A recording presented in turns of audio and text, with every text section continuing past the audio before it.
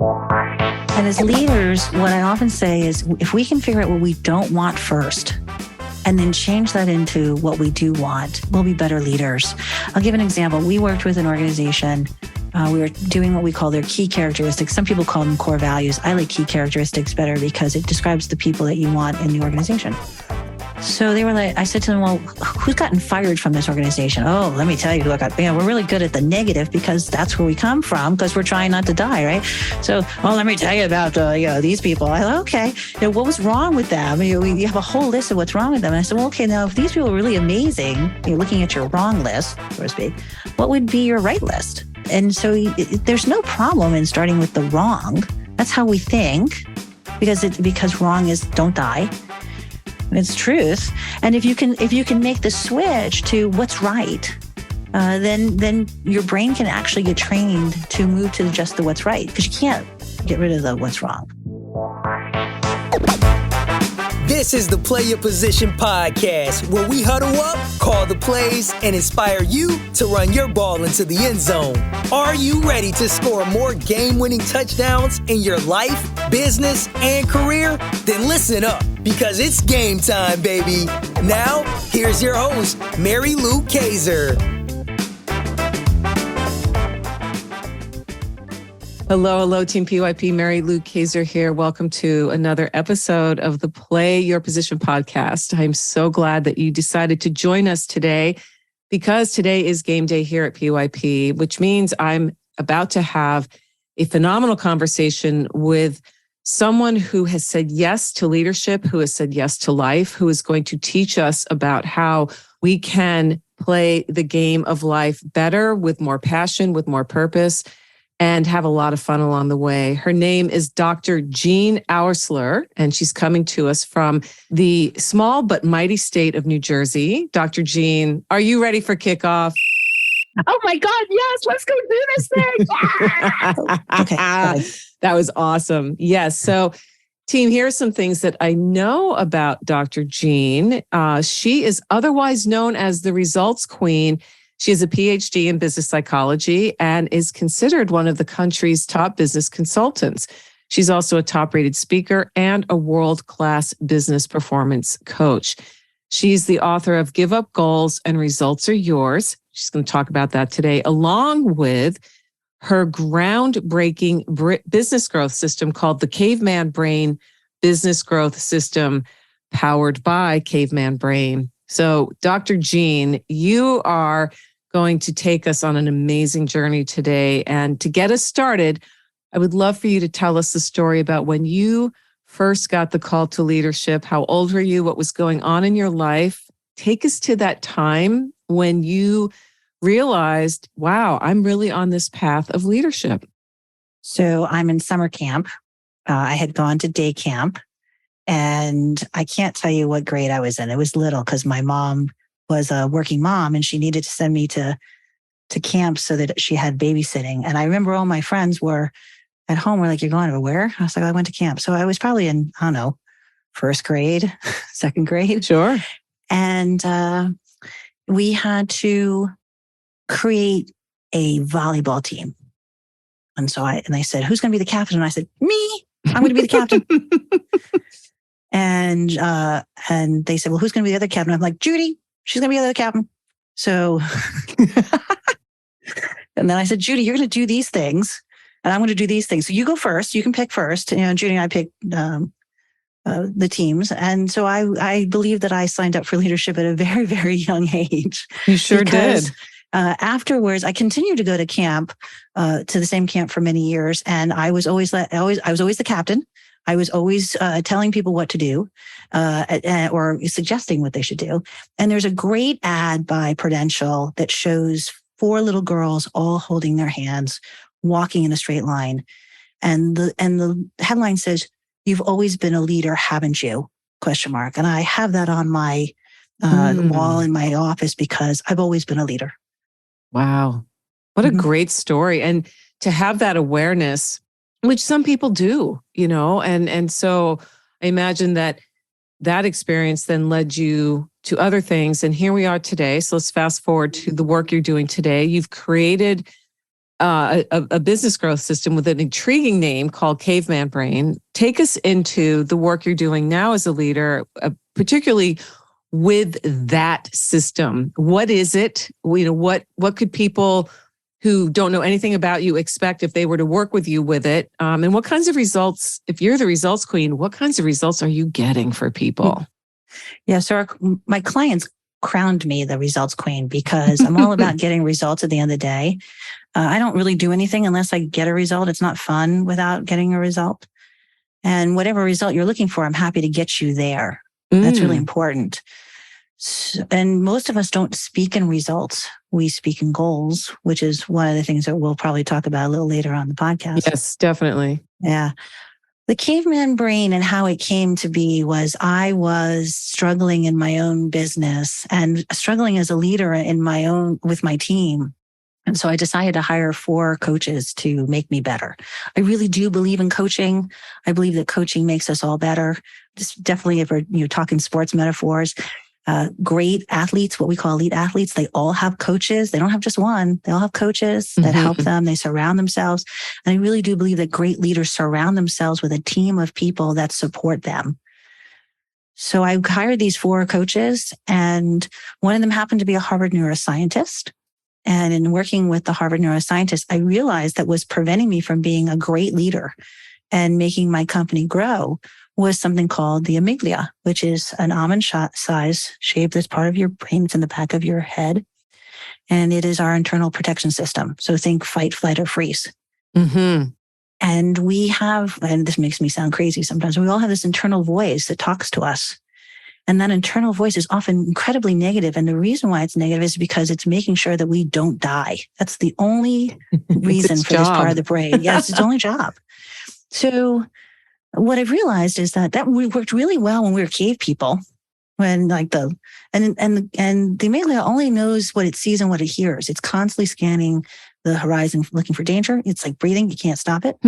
And and what happens in cave people times when the bushes would rustle and we see and hear that, then our brain floods our body with chemicals to either fight, flight, or freeze. And we'd think, oh my gosh, that could be a saber-tooth tiger. And then we're running away, or we're fighting it, or we're freezing. The challenge is that today there are not any saber-tooth tigers for us to run away from. So caveman brain tends to make up a lot of stories because it's trying to protect us. And those stories actually hinder us from being successful.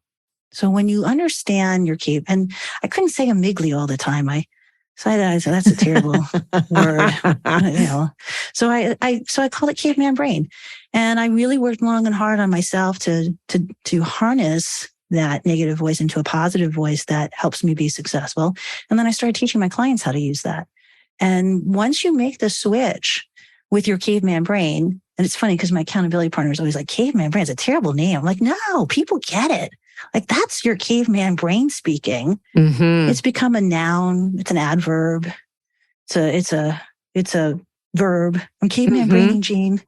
Right. So once you can label it and recognize it, then you can use it to harness yourself to be much more successful in leadership and in business growth.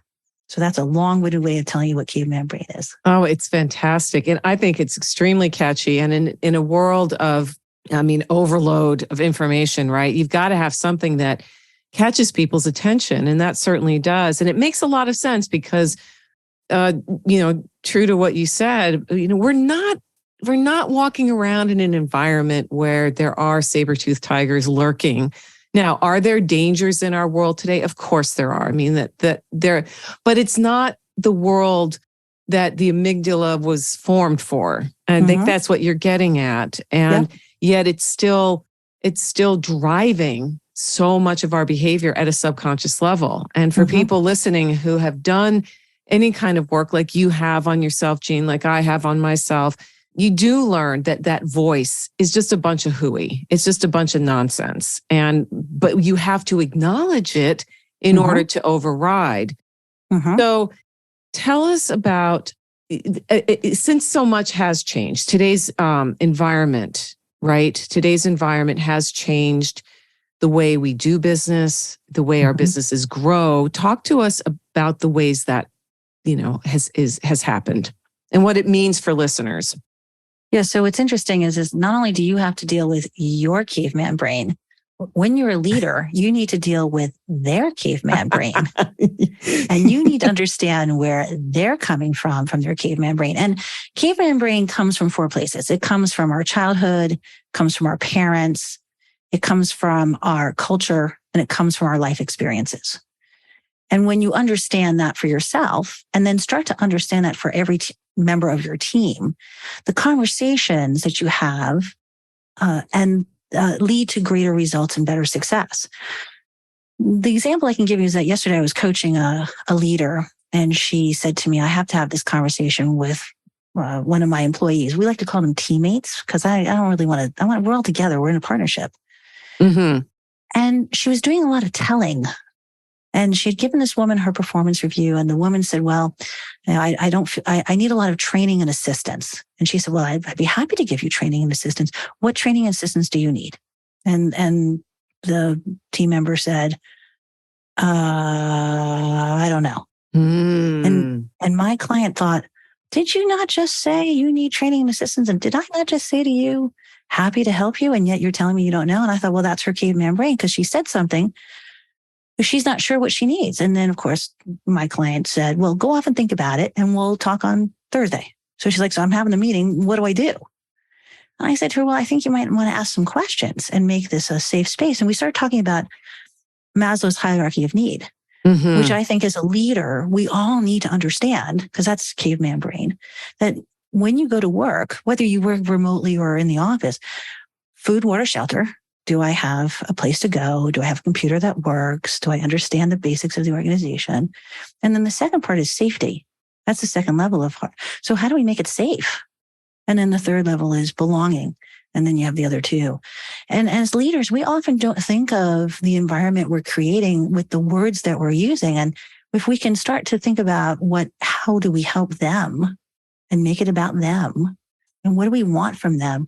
And that's where I'll just segue into goals and results, because I'll continue this conversation. I said to her, well, what result do you want? And there was a long pause. I said, so I created something called Z to A thinking. Start at the end and then work your way backwards to think about what do I want? How do I get to that? How do I get to that? So start at the Z, what's the Y, what's the W, what's the X? And you play all those steps forward. So you have a plan to get to the result. Yeah. So I said to her, like, what do you want from this person? What's the results you want? And as the leader, she said, honestly, I never thought of that. And I think as leaders, we need to know what the result is that we want, the outcome that we want from each of our players on the team. Yeah. And the other thing that was interesting about this conversation was the employee had made a mistake when this person first arrived in the company. And we have something called, I developed this called smart person syndrome. Because when we were little, up until the time we left school, the person who raised their hand the fastest and answered the question correctly was the smartest person in the room. And if you made mistakes, you were in trouble. So this employee is coming from a place of, I've made a mistake once. I don't want to make any more mistakes because I don't want to get fired. I like this job. Oh. And as a leader, you got to deal with all of that. That's why it's not a safe space. So I really do believe that understanding your caveman brain is really important as a leader, and understanding the caveman brain of all your other people, even more important. Oh gosh, it is. Remembering that, first of all, you have to address your own caveman brain, and understand how it's driving decisions, you make and thoughts that you have and so forth and so on. And there's so much relief felt when you realize, oh, everybody else is experiencing the exact same thing. It may not look or sound, exactly like it does in my head, but fundamentally, it's the same thing. Oh, yeah. Same thing. And so, what an amazing aha experience that you were able to get or lead her to have for herself, so that she can show up differently to her employee, or to her teammate, rather. And I love the Z to A thinking. I've never heard anybody say that, but makes complete sense. Start with the end. We hear that all the, what wasn't it Stephen Covey that talked start with the end in mind and work backwards, and put your big rocks in first and then fill it. And so many people want to just be fiddling around with the sand. I like playing in the sand. It's so much more fun. The big rocks are harder. They're heavier. Yeah, but I think to myself, but they don't have to be big and heavy. Although a lot of times when we work with organizations, we talk about a pool of rocks and the top rocks are pretty clean. But when you get down to the bottom of the pool, those rocks are pretty hairy, scary, and you got to pull them up and clean them up and put them into a new pool. Mm-hmm. Right? But the fact is that most of us don't start with the end in mind. Most of us just go. Right. Oh gosh, that's so true. So talk about that, especially again in the climate that we're all working in today. You say dealing with the urgent is killing your business. What is that about? Oh, yeah. So this world with our technology and remote working, it's what's the most important thing I'm working on? It should be the question we all ask, but it's not. It's the thing is, what's the most urgent thing I need to work on today? Yeah. And in thinking about, Stephen Covey again, we'll just go back to him, urgent and important, urgent, not important. Right. Those four boxes. We as leaders tend to spend most of our time in urgent and important. That's all the stuff however, if we don't start stuff in that's important and not urgent, that's the strategic box. And what I tell people is that you really need to take the time to do the strategic thinking about where you want to go, what result do you want to get, what does the vision look like, and what's the steps to get there, and who's going to do it with you. And we don't. We just constantly, whatever comes up that gets our attention, caveman brain, that gets our attention. Oh, I got to do this today. Okay, well, is that really moving your organization or your team forward? We can move 100 things 3 inches, but wouldn't it be better to move 3 things 100 miles? Oh, yeah. Nice. Yeah. Nice. So that's why urgency is killing our business, because we're so working on whatever fire comes up today. Yeah. We're not spending enough time strategically planning or strategically thinking. And think about it as a football team, right? Well, we know what the result is. They want to score goals. Mm-hmm. But the fact is that they have, I was watching Monday Night Football with Tom Brady as he's flipping up the little thing on his wrist, and he's looking at all the different plays. Well, those are plays that they talked about, they've planned, they've decided when they should do them. They didn't just go out on the field and go, yeah, let's play some football. Right. You can't be the GOAT unless you have some planning behind you. True. So true. And to your point about taking the time to think about what is it that you want, going back to the woman that you're coaching or that you just coached who was struggling with her teammate, and you asked her, well, what results do you want? And she couldn't answer you. That to me is a sign of how we culturally have not done a good job of through the school system, certainly, but also just in the work world. Once people are out of the school system, they get into whether they go work for a company or they're starting a business like you and I have. Nowhere along the line was there a results class. Let's sit down and think about results. And you have a nice contrarian way of looking at it. It's like you say, don't think about goals, think about results. Why is it, Dr. Jean, in your experience, because you've worked with a lot of people in a lot of different settings, why is it that so many people struggle with identifying what it is they really want? Oh, that's caveman brain too. So here's the challenge with goals. Organizations, we write goals, or goals are written for us as whether you're in mid-management or depending on where you are in the organization. Sometimes they're not ours. And so then we don't understand them. A lot of times with goals, we can't see the outcome. You should increase business by 10% this year. Oh, okay. Well, what does that mean? And in our organization, we teach people about something we call non-action action words. They're words that sound like we should be doing some actions, but when we actually start doing those actions, we can't figure out what it means. Like what? Well, I want to increase the organization by 10%. Okay. Do you know what the baseline was about that? Like, do you know what 10% looks like? 10% of what? 10% of what, right? But how many goals do we get that are written like, well, we got to decrease by 10% next year? Oh, okay. That sounds great. Let's go do that. What are we doing? What are we doing? Right. And what happens is caveman brain, when it doesn't know what to do, it freezes, it stops. So if we can't figure out the steps, then we don't do them. And then that can get us in trouble. Right. The other thing is that, or what happens is because you think what your 10% is and what I think the 10% is are two totally different things. And then you go off and do the 10%. And you're like, yes, I got 10%. And I think to myself, are you kidding me? Really, you didn't get 10%. Like, that's not you didn't achieve what I was thinking. Mm-hmm. And then you're like, but I just worked really hard. What are you talking about? And now we have conflict because we weren't all on the same page of what that looks like. And our brain does not think in goals. It just doesn't. It thinks in outcomes. It thinks in results. I don't want to die today. That's a result. Yes. Not a goal. I don't want to get in a fight with my spouse or my child today. Right. That's a result, not a goal, right? So, like, my goal is not to get into a fight today with my husband. Woohoo! Wow. So and I really do believe, because we are a sports-oriented culture, things like in football, when you get a goal, you make a goal in soccer, right? You kick the goal in football. There are goal posts. Yes. That means that you scored. And that's where I truly believe that goals have come from. There is a research that says that most of us don't ever set goals. Right. And even if we set them, we don't achieve them. So why the heck are we setting all these goals? Why don't we just talk about outcomes? Everyone on the same page. March together to a result. Love it. Love it. I've heard that how is it phrased? I agree with what you just said about most people don't have goals. If you were to stop randomly people on the street, just go to any main street, USA, and ask people, what is your goal? They're going to look at you cross-eyed or roll their, like, what are you talking about?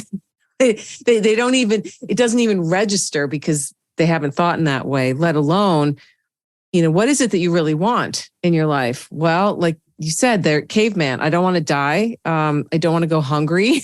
Right. And it's often what we don't want. That's how it comes out versus what we want. Mm-hmm. Right? Yep. And as leaders, what I often say is, if we can figure out what we don't want first and then change that into what we do want, we'll be better leaders. I'll give an example. We worked with an organization. We were doing what we call their key characteristics. Some people call them core values. I like key characteristics better because it describes the people that you want in the organization. Mm-hmm. So they were like, I said to them, well, who's gotten fired from this organization? Oh, let me tell you who I got. We're really good at the negative because that's where we come from, because we're trying not to die, right? Right. So, let me tell you about these people. Okay, what was wrong with them? You have a whole list of what's wrong with them. And I said, well, okay, now if these people are really amazing, looking at your wrong list, so to speak, what would be your right list? And so there's no problem in starting with the wrong. That's how we think, because wrong is don't die. It's truth. And if you can make the switch to what's right, then your brain can actually get trained to move to just the what's right, because you can't get rid of the what's wrong. No, you can't. You can't. It's in there. It's in there. Yeah. and when I have a certificate in career counseling, when I took that from NYU, they would say, don't tell people, when people say, I don't know what to be when I grow up. You'd say to them, no. What's your next step in your career? So like, what's the next step? What's the next thing you want? Right? Like, as opposed to, what do I want? I don't know. Right. What's the next thing that you want? Take it in little bites. That's the other thing in leadership. Sometimes leadership gives the whole big, long thing. Let's move the ball from 99 yards from there to there and score a goal. What if we just went 10 yards? What if we went 9 yards? What would that look like? What if we just completed a pass? Yeah, right, instead exactly. of dropping the ball every time. Right, exactly. Stacked. Yeah. Yeah. I worked with an organization where the president wanted to take their company public. And he's talking to his leadership team and he says, I want to take this company public. And the leadership team says, no, we can't do that. And he said, okay. I understand. And they said, but if we were to take this public, what would we have to do for the next 30 days? That was the question. Remember, questions are really good. And they were like, we'd have to do these 12 things. He's like, great. Do you think we could do them? They're like, sure. He said, 18 months, he asked the same question every month until he got to the place where they were going to close on making this company go public. And at 9 a.m., the leadership team said, we can't do this. And he was like, okay, we have to 11:59 to sign the paperwork, and it's only 9 o'clock. So if we were to sign the paperwork by 11:59 tonight, what would we have to do? And they were like, oh, we could do all these things. He's like, great.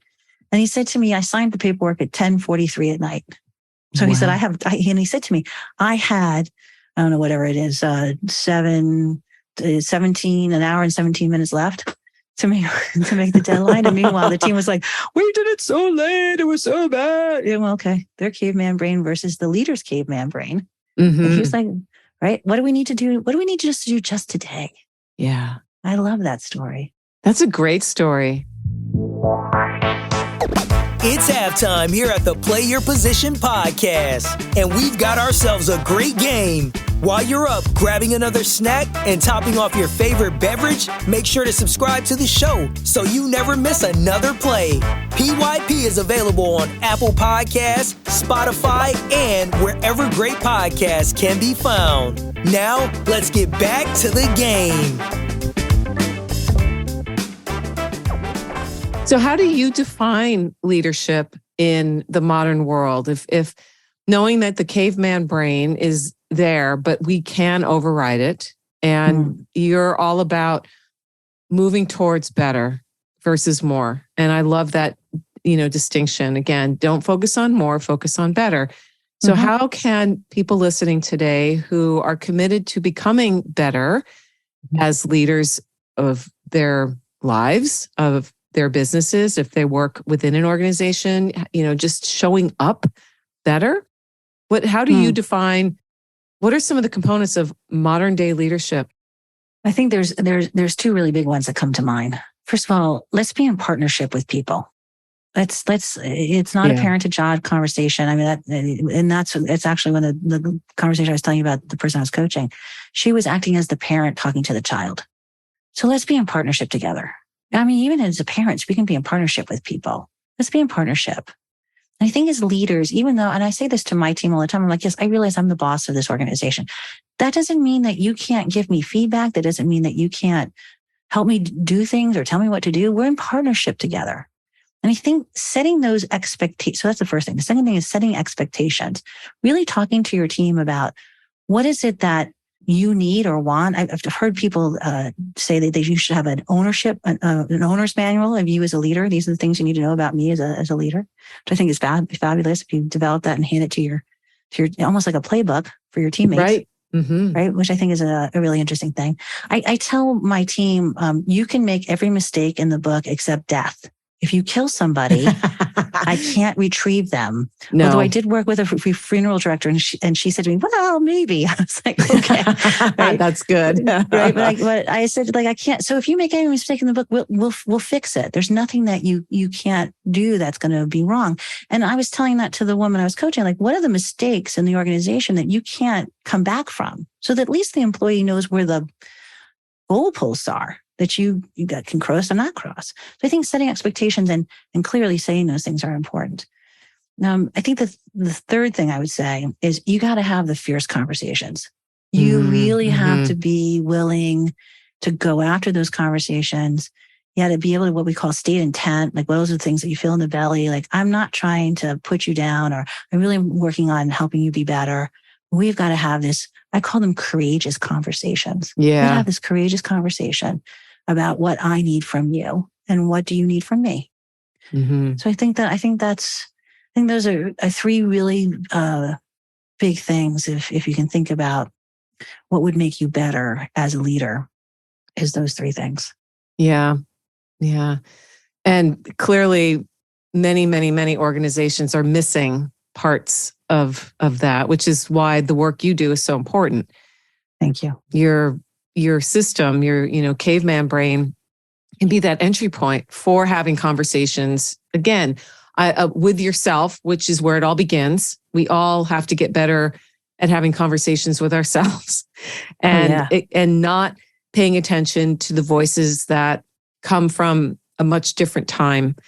I had a conversation earlier this fall with a man who is really very, very interesting man. Who was talking about some high level stuff related to what you're talking about, particularly around how the world is no longer what it was and how many of our models of operation from a cultural standpoint, to an educational standpoint, to a business standpoint, are outdated because of the technological advances that we've experienced. Technology has made accessible to us things that have come about so rapidly, and we have not caught up to those changes. But we're holding on to this old way of doing things, and it's literally killing our planet. He went into detail about that, and where each individual falls on the spectrum of climate change, and that whole conversation is really it's an individual thing, and people are entitled to think what they think. But the evidence, the scientific evidence, is pointing us at, listen, if we continue at this rate, there will be no more planet. And that's one of the things that he was talking about in terms of, if we continue to buy into this model of the saber-toothed tiger, we will we will self-destruct, because that model no longer works for the way the world is now. Oh, I have to say, if you can't see me, but I'm shaking my head. I'm shaking my head yes all day long, and I'm just going to pick on this for 30 seconds, because I'm going to get on my soapbox. We remote worked for 2 years. We all got great results from remote working. And yet all of a sudden, someone like Jamie Dimon says, everyone has to be back at work for 3 days. And why? Why do we have to all be? Because in leaders, old leaders, but I'm not talking about age. I'm talking about how you talk about mindset, is if I see you, then you must be working. Yep. If I can't see you, you must not be working. And that's just not as leaders, we had to remote work for 2 years. What is the difference of leader? You have to be a good leader. They can work anywhere in the world. And people are so much happier than having to trudge into an office. No offense to those who feel this way. But I fought with every single one of my clients to say, you do not need to have people in the office. You don't. Okay, maybe for manufacturing, I get that. And look, 2.0, like I look at it as like phone call is one dimensional, or email is one dimensional, phone call is 2 dimensional, in person is 3 dimensional. Well, Zoom is 2.5. And all these people who are like, well, I have Zoom fatigue and I don't like this. Notice how old they are when they say these things. Because if my kids went to online private school before, and there was no online, and they both did really well. I run a virtual organization, so that's all really good too. And the fact is that we can learn to work remotely and be successful, and not have to. I think people are telling people they have to go in the office because I have to pay the rent. Yes. Well, turn it into housing. We need housing. We do need housing. We do. Yeah, it's a way of justifying the existence of something. My brother and I were talking about this the other day, and going back to football. We both love football and I love the game. And yet, if you look at the way football is presented now compared to back when it first came about in the late 60s and 70s, it's all very flashy, and it's all about so much more depth into the players and their lives, and even the rules have adopted and changed to protect people from long-term physical problems that we see in older players that didn't have the rules, where they were allowed to go helmet to helmet, where they were allowed to just really pounce on the quarterback and so forth. So everything is evolving, and when something that used to be a certain way, it faces either an overhaul or even extinction, they're going to fight. They're going to fight to preserve and justify their existence. And I think that's, if you look at nature, creatures, they'll do whatever they can to survive. Which includes, fighting and clawing. Although, in the same breath, I'm going to say, if you study, say, wolf packs, the wolves that either are diseased or have lived their lifespan and know that they are a drag on the pack will remove themselves and go off and die. And that's a primitive animal instinct. And I feel that technology has created this illusion that time doesn't matter in the same way. And in some situations, I think it doesn't. But at the same time, we still, as humans, are experiencing biology. Yep. And that's a long-winded way of circling back to what you're talking about with going back to an old way of thinking after a significant, if not life-altering 2-year experience that everybody on the planet went through. And yes, you're right. Mm-hmm.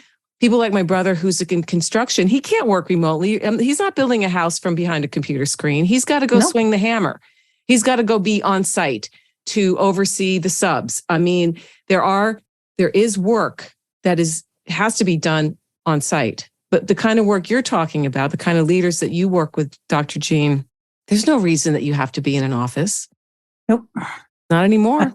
Nope. I actually want to create a course that teaches remote leadership. Because we've been doing it for 10 years. We work remotely, and it works. It does. It does. It absolutely does. So what are a couple of tips for listeners who are facing perhaps that conflict with an organization where they're like, oh, you're going to have to come in. I mean, let's talk about that course. If you were to create it, what would be a couple of modules that you would offer to help people understand this is how you can lead remotely? Yeah, I'm putting you on the spot. I know, but it's like I have so many thoughts rolling around in the head that I'm like, oh, where do I start? The first thing is that remote does not mean bad. It doesn't mean I'm not working, and it doesn't mean that I can't, do my laundry. The fact is that when we're in an office and we need a little break, we wander to somebody else's office and we sit down and we have a little chit chat. Well, guess what? When I go to do my laundry, when I wander off from my desk, that's my chit chatting with somebody else. I'm not being productive in the chit chat when I'm sitting down with somebody in their office. You might say I'm building relationships. Well, I can chit chat with people in Zoom. I mean, we often have a Zoom channel open all day, and we drop in and drop out. So that if you feel like you need to see somebody or spend some time with someone, we call it parallel working. So that we also have hand holding sessions where we might need some hand holding. The fact is, I've been doing this for 10 years and I'm still here. So I think that remote working as a leader is really understanding, again, you first. Like what is it that you need, setting up expectations, and then getting people who can live in that. Assessments are really important. So you understand, I'm going to use the animals. So you understand who's in your stable and what players do you have on your team and how do they work together. And communication is huge. So when I was talking to the same leader I was telling you before, Marcus Buckingham wrote a great book called The 9 Lies of Work. Great leadership. I haven't book. heard of that one. I know Marcus Buckingham with StrengthsFinders, but yeah. So a great book. And in the book, he says one of the things is that you need to meet with every single person that you supervise every single week for 20 minutes, at least. So if you're supervising 50 people, you got to meet with every single person for 20 minutes. We'll do the math. Right. So I asked this leader that I was coaching, I said, well, how often do you meet with this teammate of yours? She was like, well, I don't know, every other week, maybe once a month. Well, okay, well, that's probably not enough in terms of communication. That's what Marcus talks, like I know him. Marcus talks about the fact that, if we're going to want our teammates to do things, we're going to have conversation with them. Otherwise, they just go off and do things and we don't know what they're doing. Great. I mean, just the performance reviews and how he talks about giving feedback and how that works. It was just a great book. Totally changed my life. Yeah, that's a great recommendation. What are some of your favorite assessments, Dr. Jean, that you see really work for people, for organizations? Notice I'm ready to jump on that. Well, you talked about StrengthsFinders. That's actually what we use with all our clients is StrengthsFinders. And the reason why is because and we only look at the first 5 strengths. That's all we look at. Yes. We don't have any affiliation with Gallup or StrengthsFinders or nothing. We just love them. And we often say that your strengths can become your weaknesses. So when you're not performing correctly, you got to look and see what strength has become your weakness because you may be relying on that strength too much. So I'm a big StrengthsFinder girl. Like people love Myers-Briggs. There's a great Netflix show that talks about assessments in corporate America. What is it? Oh, on Netflix? On Netflix. It's really good. Really good. Yeah. Again, there's a lot of Myers-Briggs, but I can mess with Myers-Briggs. There's no validity to Myers-Briggs. So, to me, and there's love languages, which I love, talking about people's love languages, although it's hard to do in the workplace because you tell me your love language, that kind of thing. Right. Yeah. Right. Strange. And it was strange. But the fact is, if I know your love language, then I can fill you up correctly in terms of business. Right. So like my CFO, she loves gifts. Gifts is the last thing on my love language. So I have to make it really hard. I'm like, oh, I got to send her a gift. Oh, like it doesn't occur to me. And then she thinks, well, Dr. Jean doesn't love me because she doesn't send me any gifts. Well, okay. Well, yeah, something to work on. So, and Colby, I love Colby. I think Colby's a great one to know if you're a high fact finder or fast, quick start. I'm a quick start. You and me both. Okay. Entrepreneurs usually are. Yeah. You're right. Yeah. You're right. So I think that you have to understand the assessment tool that you're using really well. And I do believe there has to be validity to it, because if you can mess with it, then you don't know who your teammate is. But the more you know about your teammates and about yourself and communicate that, the better team you're going to have. Mm-hmm. Mm-hmm. And you wonderful. And you can use them also, even if they don't ever tell you, you can kind of predict. Well, it probably is. Right. I think anything that, and I agree with you on the validity. I think anything that can give us a deeper insight into who we're working with, who we're involved with romantically, and also in a family unit, certainly, the better, going back to your better philosophy, off we are, because we all just want to be understood and accepted. Mm-hmm. And I think a lot of conflict really stems from just ignorance. Talking to somebody who needs to be,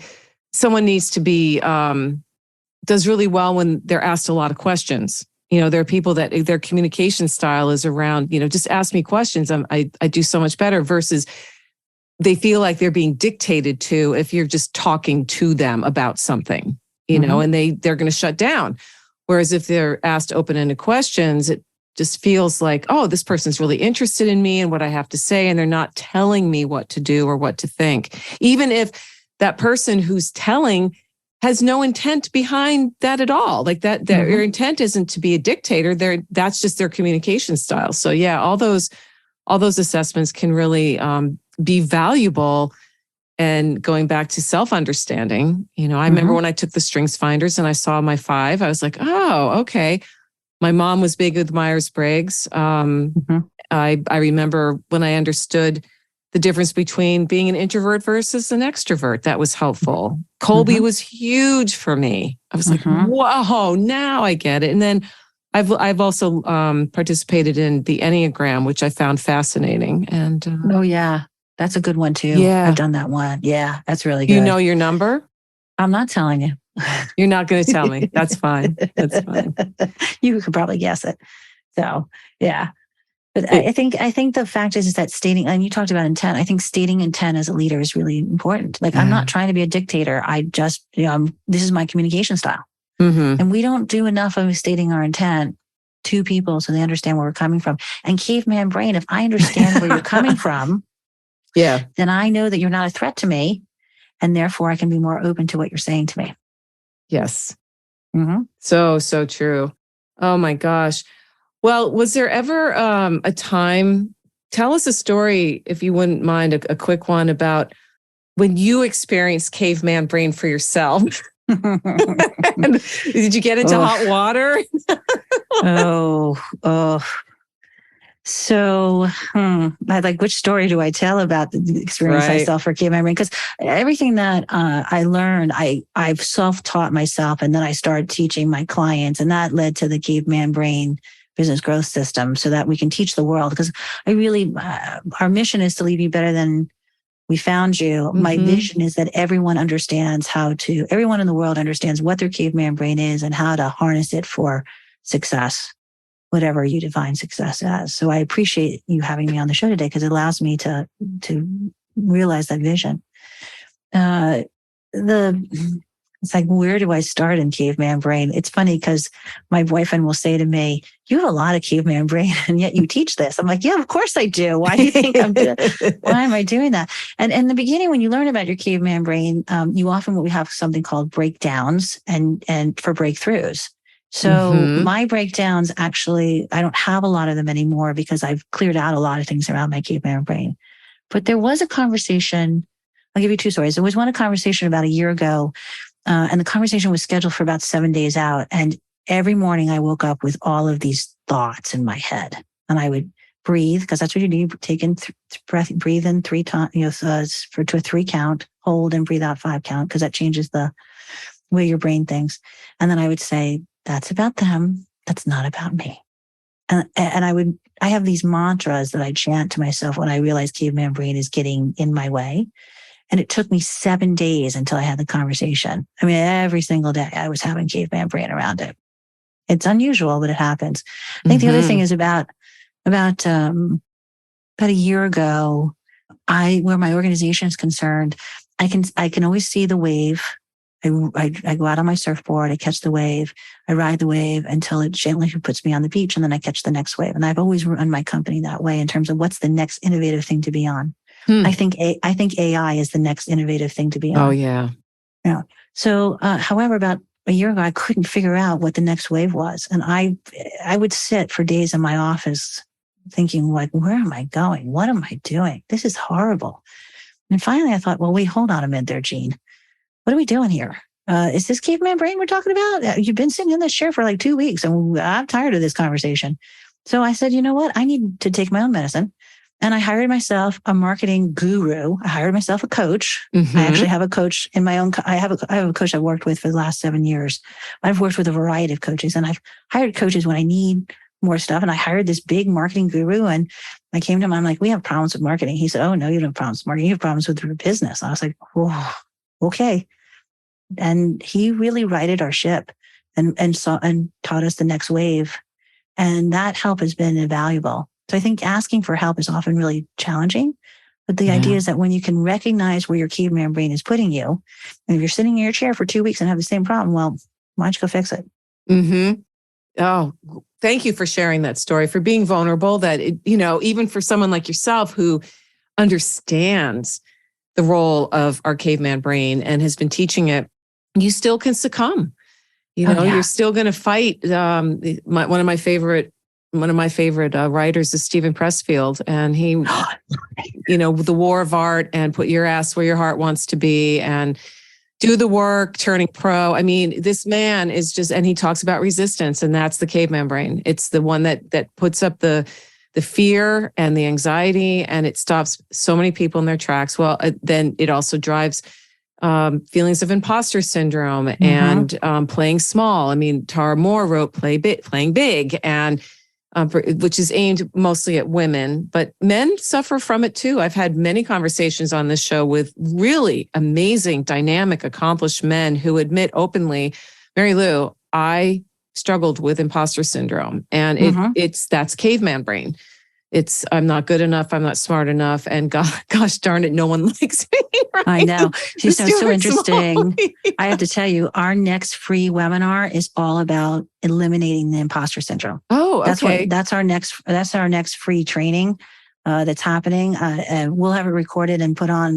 We're going to do it live, and then we'll record it and you can download it for free. But I can't tell you how many people tell me they have imposter syndrome. I'm like, really? We can eliminate that. That's just caveman brain. It's no big deal. It really isn't. And yet so many people, and apparently right now, I can't tell you how many people have it. So let's eliminate that. Let's get rid of it. It's just your caveman brain talking to you. It is. It really is. Well, it's a battle that gets less intense, I think, as we learn more about it and we practice pushing.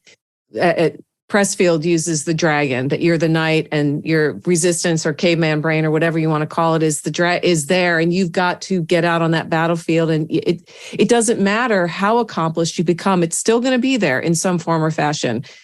Trying to pull you back down to safety and security and keep you from taking that leap. And yet, to your 10 years of experience and your own personal growth, Dr. Jean, you've proven time and time again that you don't have to listen to it. It doesn't rule the roost, and if you let it rule the roost, you're never going to grow. You're never going to get the results that are out there waiting for you. And so as we wrap things up today, first of all, let's talk about, where do you hang out online? Where could people find your work and find these webinars that you offer periodically, and your books and all that? Where do you hang out? Yeah, before, if I may, I'm just going to give you this one thing for imposter syndrome. There's a poem, Who Am I? By Marianne Williams, I believe it is. Love that poem. I laminated that poem and carried it around in my briefcase, pocketbook for 6 months. I read it every day. I could recite it. And the fact is that when you realize that when you let your light shine, you allow others to shine their light. Mm-hmm. And as a leader, that's our job. 100%. Our job is to 100%. And imposter syndrome, you are there to show your light so others can follow. And that really does help eliminate imposter syndrome. I just had to put that out there. Thank you. You're welcome. We hang out at cavemanbrain.com. I love it. Yes. Yeah, we kind of love Caveman. He's awesome. And we love our little mascot. He's fabulous. He's not so little. But with that, cavemanbrain.com, lots of resources that you can download for free. We actually give things that we teach in the program for free because we want people to be able to be successful. As we said, our mission is to leave you better than we found you. Lots of free training, and you can certainly jump into the system if you want to jump into the system. So just go to cavemanbrain.com. Wonderful. So team, you know that link will be on Dr. Jean's show notes page over at pyppodcast.com, along with the 2 book recommendations she's about to give us, books that have helped you become the amazing leader that you are today. Now, I know you mentioned Marcus's book, 9 Lives of Work, which I will put, but what are a couple other ones that you've either turned to time and again, or maybe read recently that you said, wow, this really helped me with X, Y, or Z? So Mary Lou, I believe in reading so much that if you go to my website, cavemanbrain.com, there's my recommended reading list. Love it. That you can download of all the books that I have read that have made me better. Okay. So with that said, though, that there are some that have just absolutely changed my life. And the first one would be Leadership and Self-Deception by the Arbinger Institute. I read that book, and it didn't change me business-wise. It changed me personally. I was having some challenges in my personal life with some in-laws, totally changed, and then at the time, my husband read that book. And boy, that was hugely eye-opening as well. So I really recommend that book. The Big Leap by Gay Hendricks is a huge book. It taught me all about how that there's always enough time in life, always enough time in life. So I'll leave. I mean, I love Stephen Pressfield. We actually recommend Stephen Pressfield. We recommend Change Your Questions, Change Your Life by Mary Lee Adams. I happened to be in a bookstore that was going out of business. And I looked at it, I was like, oh, this looks like a good book. Man, what a great book. Great book. I have not heard of that one. So thank you for that. That's great. So, but I could go on because in the course, in the system, we actually recommend all different kinds of books. Oh, just one more. You gotta do this. Living with a Seal by Jesse Itzner. Laugh out loud. Totally changed my life. And I was always cold, never cold anymore because Seal says you can always get warmer. So love it. Yeah. Great book. Okay. Okay, now stop. No, that's, I mean, I'm a reader too. I love books, and it's just, I love recommending them. Having a resource for visitors of the podcast, listeners of the podcast. You never know what book can change your life. And books still, I don't care how digitally savvy we become, books still have a place in our personal growth and professional growth. So, this has been so fun and rewarding, and I'm feeling I just have, I'm full. You filled my cup, Dr. Jean. Thank you so much. And I'm sure that listeners would agree. And I wish you continued success with your business and your personal life and all the great work that you're doing in the world to make it better. Well, same to you, because this podcast is really changing people's lives. So thank you so much for having me on today. It's been such a pleasure and such a great conversation. So thank you very much. Hey team, Mary Lou here. Who's number one in football changes from year to year. Fashion trends come and go, same with musical tastes. But leadership skills, they never go out of style. In fact, these days, leadership is an essential survival skill for a world that demands more from us than ever before. To succeed these days, you need to know how to show up for yourself so that you can then do the work you love with people you like the way you want. The Play Your Position Leadership Playbook helps you do this, and it's free. Go to pyppodcast.com to download your copy today. If being more successful this year, next year, in the 21st century is on your to-do list, get your copy of the Play Your Position Leadership Playbook now. pyppodcast.com. It's at the top of the page. You can't miss it. That's pyppodcast.com, and start being more of the leader you are meant to be today. This podcast was produced by Daniel Romeros. Show notes for this episode can be found over at pyppodcast.com. I'm Mary Lou Kaiser. Thanks for listening. Here at the Play Your Position podcast, we believe that the road to self-mastery and a life well lived starts with answering the call to leadership. That's when the fun really begins. Send this episode to any friends who might need to hear the inspiration and ideas you heard today. And feel free to rate and review us on your favorite podcast platform.